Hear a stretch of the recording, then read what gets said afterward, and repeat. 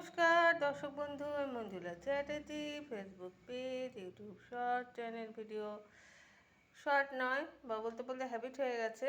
আমি বড় ছোট সবই পোস্ট করি ইউটিউবে, ফেসবুকে তো নিয়ম আছেই। তো এটা হচ্ছে একটা লিলি গাছ। এই গাছটা আমার 3 বছর বয়স হয়ে গেল, এখনো পর্যন্ত ফুলের দেখা নেই।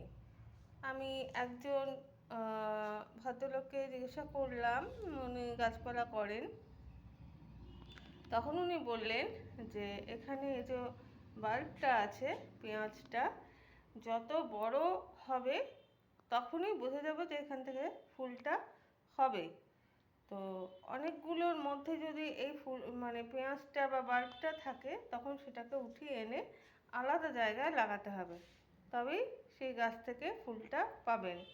তো আমি ওই দুটো বড় বাল্ব দেখতে পেলাম, তো দুটো জায়গাতে আমি এখানে লাগালাম।